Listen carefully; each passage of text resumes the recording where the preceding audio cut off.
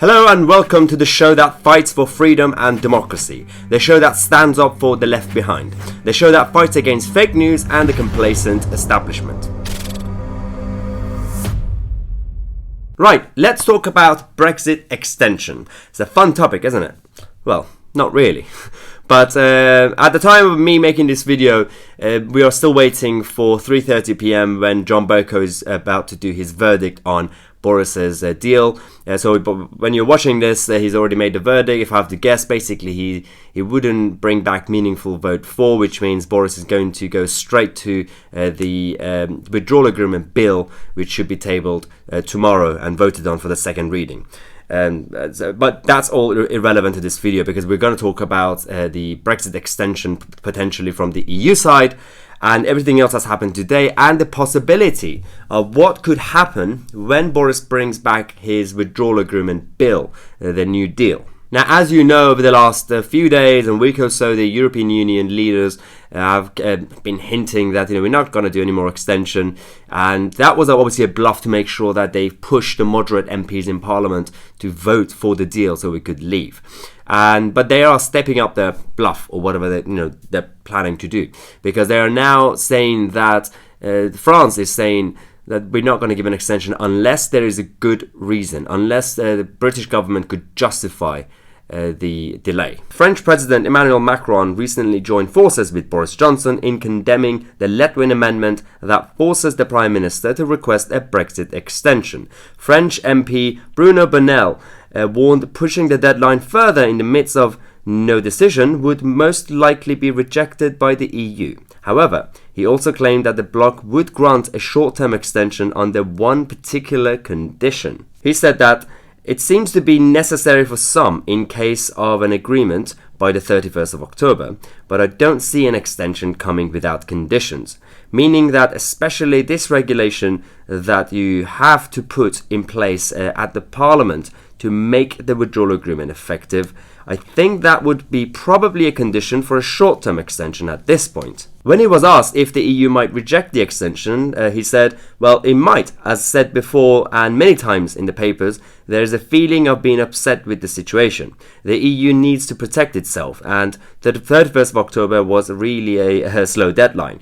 Now, pushing it further for technical reasons might be okay, but pushing it further in the midst of no decision might probably be a no. The French MP confirmed that that's the position of President Macron, just for the mere fact that the EU needs to move on and it's blocking a decision right now, and this endless postponing doesn't make any good, neither for the UK nor for Europe at this point. Well, that's the thing. So whilst obviously the longer we stay, the more money they're going to get from us. But actually, the longer we stay, the uncertainty is destroying the European economies, and they don't even know where they stand in this situation because the deadlock we have in Parliament is actually damaging the EU more than it's damaging us as well.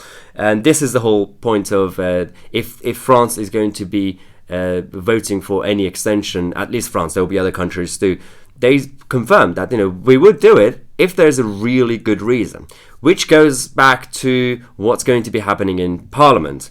So the way things are going, I think we should know by the end of the week if we're either going to be leaving or we're going to have some sort of Brexit delay. And so what's going to happen tomorrow, if things go as planned, the government is going to table the withdrawal agreement bill later today, which means the second reading will be tomorrow and the vote will be tomorrow.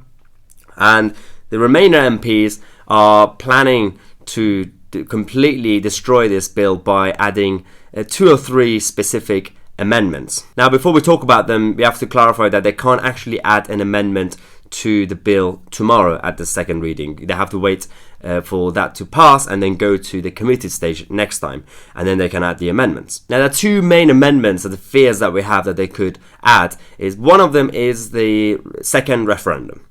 Now, they might add, the Labour Party have already confirmed that they're going to table an amendment so that if this bill and if this Brexit deal passes, then we should have a second referendum to confirm it. Now, the problem for them is that they don't actually have the numbers because between 30 to 40 Labour MPs have said that they wouldn't vote for that. Obviously, the Conservative Party won't vote for it. And with 30 or 40 Labour MPs that's not going to happen. But it's still going to be very close. So this is not a prediction. I have no confirmation of what's going to happen. I'm not God, obviously.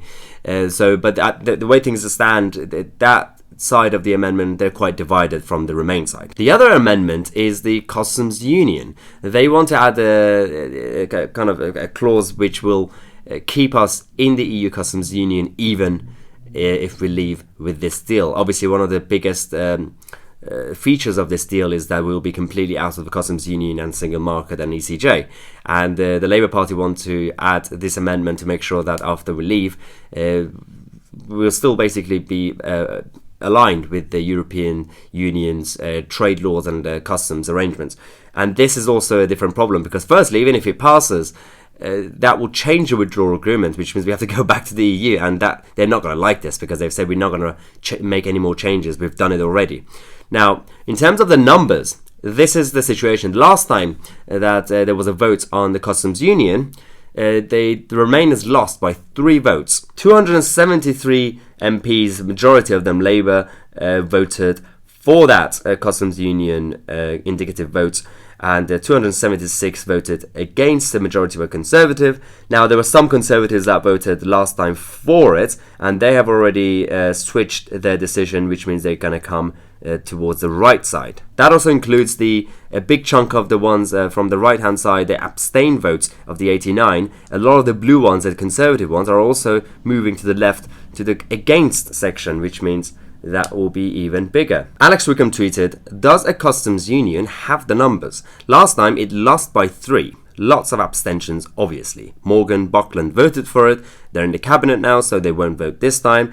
And Chalk, Mitchell, Bryan, and all these MPs would also voted for it. Obviously, this time they're not going to actually vote for it because they are backing the deal." Abstentions in the indicative vote on customs union in April also included Theresa May, Barclay, Williamson, and all these other MPs. They should all vote against this amendment this time. So the other thing that the moderate Labour MPs who are considering voting for this deal, their concern is workers' rights and standards.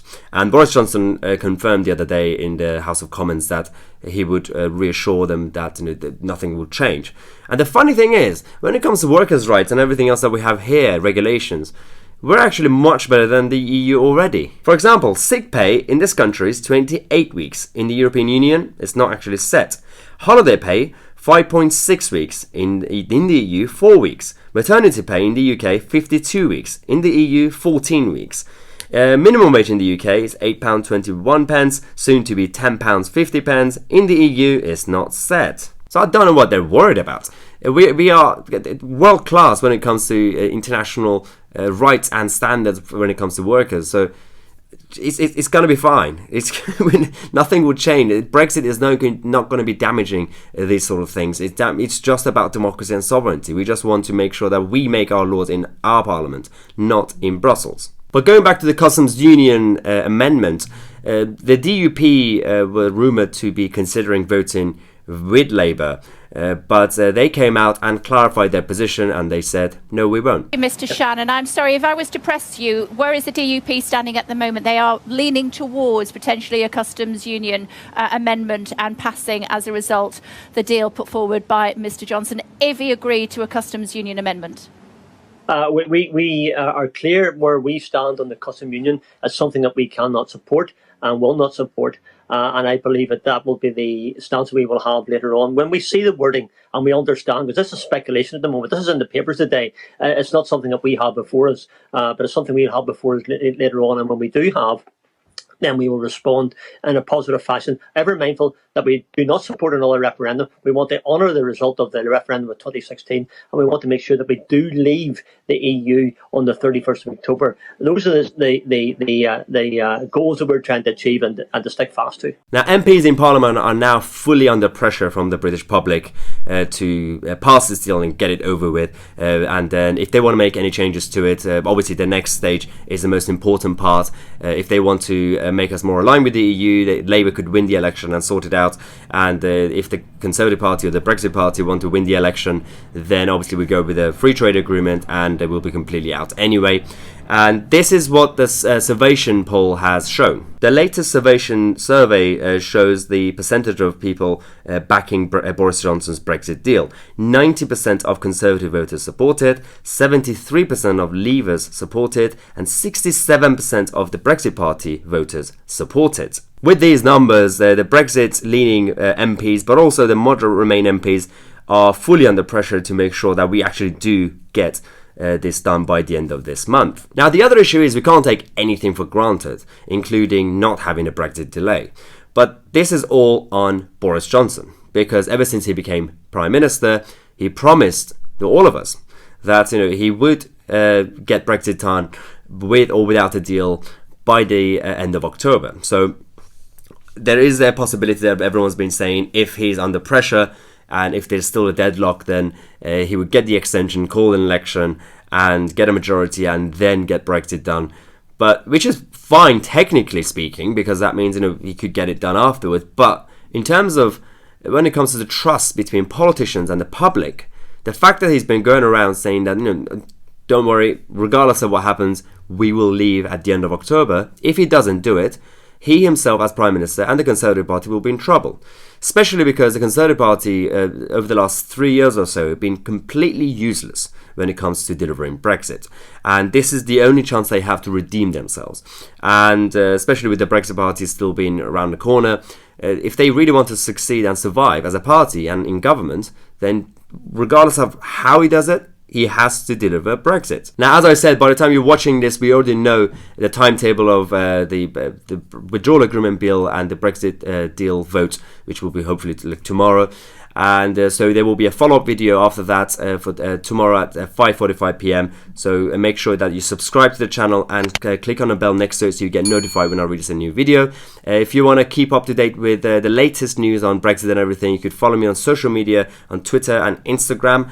And as always, if you want to get your Brexit t-shirts and merchandise, you could find the links in the description. There are various designs. If you have any design ideas, again, send me a message on Twitter with anything and I'll try to make it into a t-shirt. And as always, I'm Tousi, and I'll see you tomorrow with a new video.